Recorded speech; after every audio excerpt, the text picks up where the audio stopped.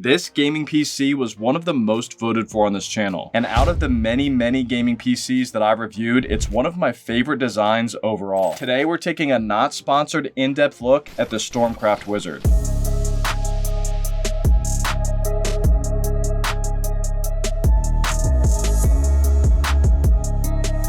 I guarantee that by the end of this video, you will know if this PC is right for you or not. We've thoroughly tested the build quality, fan noise, thermals, and most importantly, the gaming benchmarks. We also break down its price to performance ratios against the competition. Even if something that I reveal makes you not want this PC, just stick around because I've also lined up my alternative PCs that I recommend for every budget. They'll be linked down below in the comments and description, as well as tagged directly on this video or using a QR code if you're watching on a TV. And as always, drop a comment if you have any questions, and if you're publicly subscribed, I guarantee a personal response. Okay, now let's rewind back into the past real quick and check out what came in the box.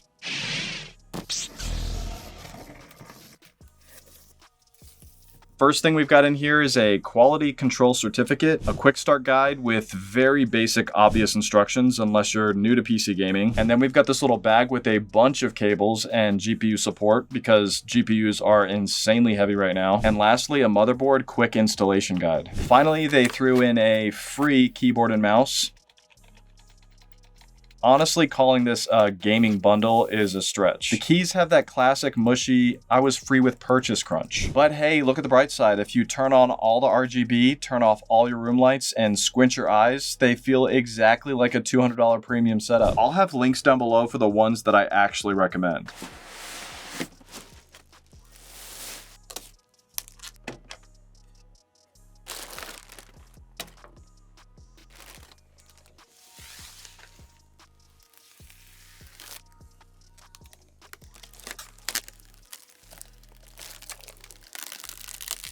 Moving on to the aesthetics, this PC was crafted with the Gamdias Neso P1 case. You might recognize this chassis from that Skytech Prism 3 that you all aggressively drooled over. It features a dual swinging door design, making it dangerously easy to access the internals without tools. Perfect for those 3 in the morning moments when you suddenly feel the urge to open your glass and just lovingly gaze at that beautiful graphics card. And to keep things from going nuclear, this rig is armed with a borderline excessive 10 fans. We'll show you if that sounds like a pleasant breeze or a category 5 hurricane here in a sec. We've got 3 intakes on the side and 3 on the bottom just gulping in air, while the top and back are on exhaust duty. These top 3 are actually strapped to our 360mm AIO liquid cooler. It pumps magic cooling juice from the CPU block up through one of these tubes into a radiator where the heat is then blasted out the roof like an RGB infused smokestack. Flanking the CPU, we have 6000 MHz XPG DDR5 RAM with, let's just say, timings that move with the urgency of a sloth on vacation. We'll see how much of a buzzkill this actually is for performance here in a sec. Down below, our main storage is a 2TB MSI Spatium M461 SSD. And when we tested it, we got about 4700 megabytes per second read and just under 4400 write, which honestly for an elite tier pre-built is a little underwhelming. But let's talk about that 5080 GPU. They threw in a Gigabyte Gaming OC 5080, an absolute unapologetic behemoth of a graphics card that costs almost $1,500 all by itself. It's beefy and it is premium. The only thing I'm really not a fan of though is how they park that GPU support bracket smack dab in the middle like that. I will give them props for the motherboard though. It's the MSI Pro B850P Wi-Fi, and miraculously there are still 2 usable PCIe slots underneath that massive GPU just in case you want to slap in some expansion cards later. It also has 2 empty slots for extra high-speed SSDs, assuming you're not entirely attached to your kidneys in this insane market right now. Then swinging around to the back alley of this PC and ripping off the panel, cable management is actually decent, but what I really love is the sheer amount of breathing room back here. You've got 2 bays up at the top for your ancient spinning 3.5-inch mechanical hard drives, and lurking down below, a wildly overpowered 1300 watt Gamdias Helios PSU. This power supply has so much raw juice that you could literally drop a 5090 in here and it wouldn't even flinch. And the absolute wildest as part of this rig. When you do the math and tally up the cost of all these individual components, it's actually cheaper to buy this pre-built than build it yourself. Gaming PC DIYers are crying right now. As far as overall connectivity, we've got 3 USB-Cs and 8 USB-As. You should not need any more than this. All right, let's dive into the software. If you're the kind of unhinged power user who prefers to live in the dark and scary text menus of the BIOS, tweaking voltages until your processor begs for mercy, then congratulations, there are enough tuning options in here to keep you isolated from society for weeks. But let's move into the shiny stuff, the RGB. You could just use the motherboard's MSI center. It's fine if you just need to change the fan profiles on the fly, but for managing your lighting, just don't. Spare yourself the psychological trauma. Do your eyeballs a favor and download Signal RGB immediately. It takes your lighting from the discount Christmas tree having a seizure to a perfectly synced, glorious masterpiece. I literally install this software on every single computer that comes across my desk. Not sponsored, they don't pay me a dime to say that. It's free. All right, let's talk thermals. If you check out our thermal imaging time-lapse going from cold dead metal to full sweaty gamer mode, you'll notice that the glass panel next to the GPU is basically getting hot enough to keep a pizza warm. Popping open the glass and aggressively invading the PC's personal space, we can see exactly who the fiery culprits are. Not so shockingly, it's the GPU bringing the heat. Also not so shocking, the majority of my thermal testing was spent in gaming. These were our CPU temperatures for several different games at 1080p. Overall, it is within the range of what we were expecting, and looking at the averages, you can see that it's about average compared to all the other 9800 X3D PCs with 5080s, but still inferior to that Skytech O11V and Andromeda Insights that we just recently reviewed. Now, moving into 4K gaming, we're focusing on the GPU temperatures here because at high resolution gaming, the GPU finally wakes up, pays taxes, and does some heavy lifting while the CPU takes a nap. And you can see in this overall chart that compared to the rest, it's also very cool overall and right where we hoped it would be. As far as the noise of the fans, I actually thought they'd be louder considering how many fans there are. In quiet mode, it hit around 42.4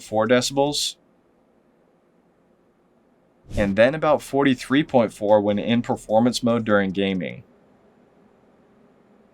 And as you can see in the charts, this was slightly louder than average compared to the others, but not really something that you'd notice when your game volume is at normal levels. Now getting into the performance and gaming benchmarks, and up next, the most important part of this review, the price to performance ratios. For Cinebench R23, which simulates its 3D rendering power, you can see that just like all other PCs with 9800 X3D CPUs, that it's not the fastest for rendering for creative tasks. Technically, it's the weakest 9800 X3D CPU that we've seen so far for rendering. But stay with me because the gaming performance is a different story. These were our average and 1% low FPS numbers that we got for several games at their highest preset settings at 1080p, 1440p, and 4K gaming resolutions. Then averaging all of those 1080p gaming FPS together and putting it up next to all of the other gaming PCs that we've tested, you can see that we have some pretty impressive numbers here. Compared to all the other 5080 PCs, this was almost the fastest one. And then with 1440p gaming, you can see that we actually moved up on the charts as the #1 highest FPS for a 9800 X3D PC with a 5080 GPU. And then at 4K gaming, again, we just barely had the best performance compared to the competition in this category. And now for my favorite part, the price to performance ratios. Right now at the time of this recording, this PC sits at $3,000. This is a great price, but here's how it compares to everything else when it comes to its dollar per FPS ratio. Still not as good of a deal as that Andromeda Insights PC that I just recently reviewed. That PC is actually the one that I recommend for this category. Actually above this one that I reviewed today. And if you really like that one, there's also a 5090 version for the ultimate highest performance that you can currently get in a gaming PC if money is not a factor. Another benefit with Andromeda Insights PCs is that you get a 2-year warranty, which is double the standard. But an even better deal than that is the Skytech O11V with the same specs for $5,000. I also reviewed this exact configuration of this PC, so here are the exact FPS that you can expect for each game with the highest graphic presets at every resolution, with no DLSS. I know a lot of you prefer to buy from Best Buy, and usually they have some of the best pricing, but for some reason this specific PC is hundreds of dollars more expensive on Best Buy than it is at Walmart. So you may just want to abandon your Best Buy loyalty for this one. For those of you with a budget closer to $2,000, I would definitely go with this version of the Skytech King 95 with the super powerful 7800 X3D CPU and a 9070 XT GPU. This is one of my favorite, if not my most favorite gaming PC designs, and I can tell by how many polls that I've done that you guys feel the exact same way. We've benchmarked PCs with this exact CPU and GPU combo, so here are the FPS that you can expect with this one at every resolution. But if you are on a super tight budget and need to be under $1,000, then I would go with this Skytech Blaze Mini with the Ryzen 5 5500 and 3050. This is the absolute bare minimum that I'd recommend though for semi-decent performance at low graphic settings. Now, if you do decide to purchase this PC or any of the others that I mentioned, then please remember to use my affiliate links in the comments and description below, or tag directly on this video, or using a QR code if you're watching on a TV, as I get a small commission at no cost to you for every single purchase made. And it's actually a major factor in keeping this channel going and getting better and better for you. Also, please remember to like, comment, and subscribe with notifications turned on to stay up to date with all of my latest tech and gaming PCs. PC gaming is awesome, but please trust me, do not let it take over your life. What helps me mentally is getting outside, staying active, eating healthy, and spending more time with my family. Also, studies have shown that reading the Bible at least 4 times a week can massively improve your mental health, and I can attest to that. And if you are a little skeptical about the Bible, then check out the book or documentary, The Case for Christ.